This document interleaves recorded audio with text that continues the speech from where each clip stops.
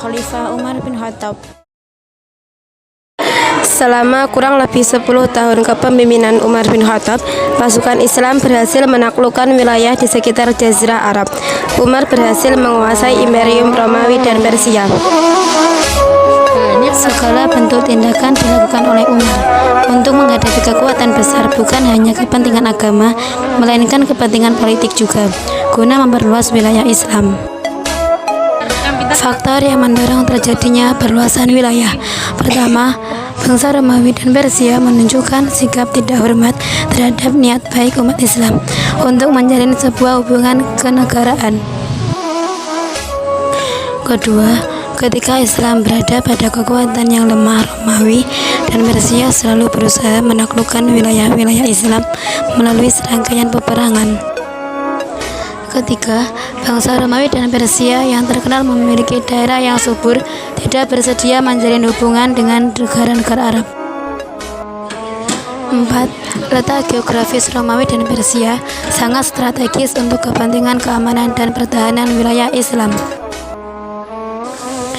Negeri-negeri yang ditaklukkan Umar bin Khattab.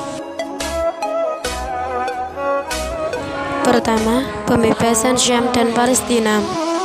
Para pembesar Imperium Romawi pada akhir zaman kebesarannya berlaku sewenang-wenang. Mereka melakukan kekerasan dan penindasan atas jajahannya.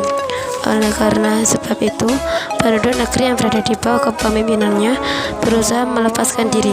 Sementara itu, Bizantium telah pecah belah dikarenakan perselisihan agama dan telah rapuh oleh kemewahan. Peristiwa itu memberikan peluang besar bagi bangsa Arab untuk menaklukkan Syria atau Syam dan Palestina, serta negeri-negeri yang tunduk di bawah kekuasaan Bizantium. Ketika Nabi Indah wafat, beliau memerintahkan tentara Islam di bawah kepemimpinan Usama bin Zaid yang memerangi suku-suku yang berdiam dekat perbatasan Palestina. Perjalanan tertahan karena Nabi wafat. Kemudian penyerangan Usama berlaku selama 40 hari lamanya dengan mendapatkan harta rampasan. Peristiwa ini sangat menyakitkan hati orang Romawi. Maka untuk membalas sakit hatinya, Kaisar Heraklius mengumpulkan angkatan perang ke perbatasan Palestina dan Syria untuk menghadapi tentara Islam, dan Khalifah Abu Bakar menyerukan jihad ke seluruh bangsa Arab sehingga terkumpullah satu barisan. Di bawah Panglima Khalid bin Walid, wilayah pasukan tersebut berhasil dikalahkan. Kedua, pertempuran Yarmouk pada tahun 13 Hijriah atau 634 Masehi. Ketika Kaisar Heraklius mengetahui akan kemenangan laskar Islam, maka dikerahkanlah 4 pasukan besar untuk menghadapi laskar Arab. Kebetulan pada saat itu Islam menghadapi kesulitan yang sangat berat, sehingga para panglima bermusyawarah dan menghasilkan keputusan pasukan Islam untuk berkumpul dan pada suatu tempat untuk menghadapi kekuatan Romawi bersama-sama dengan satu pimpinan, yaitu Khalid bin Walid, dan tempat yang ditunjukkan adalah tepi sungai Yarmouk. Pertempuran ini berakhir dengan kekalahan di pihak Romawi dan sejumlah besar tentaranya terbunuh. Ketiga, pertempuran di Ajnadin pada tahun 16 Hijriah atau 636 Masehi.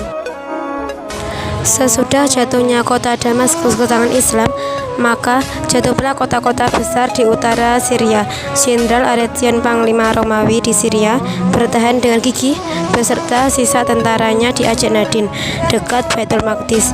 Pertempuran ini dimenangkan oleh pasukan Islam. Akibatnya, beberapa kota di pesisir Syam dan Palestina membuka pintu bagi bangsa Arab, seperti Yafa, Gizeh, Ramlah, Tairus, dan lain-lain.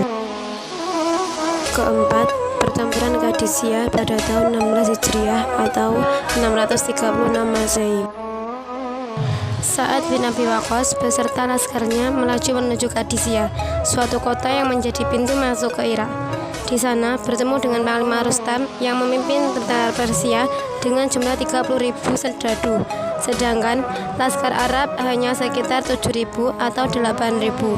Bangsa Persia meremehkan alat perang umat Islam yang berupa umpan batu yang mereka katakan seperti alat penenun.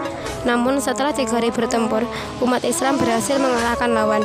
Dalam pertempuran itu, Panglima Rustam serta sejumlah bala tentaranya mati terbunuh, sedang yang hidup melarikan diri.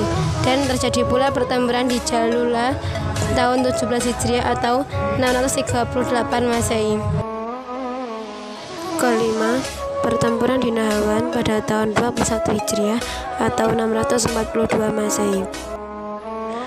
Pada tahun 21 Hijriah, Yazdajir III mengerahkan angkatan perangnya itu, dan Khalifah Umar mengirimkan bantuan laskar untuk membantu Sa'ad.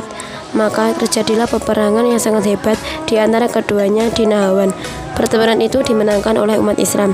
Walaupun orang Persia telah mati-matian membela negaranya, tetapi orang Persia telah kalah. Peperangan ini dikenal dengan sebutan Fathul Futuh, yang berarti pembebasan dari segala pembebasan.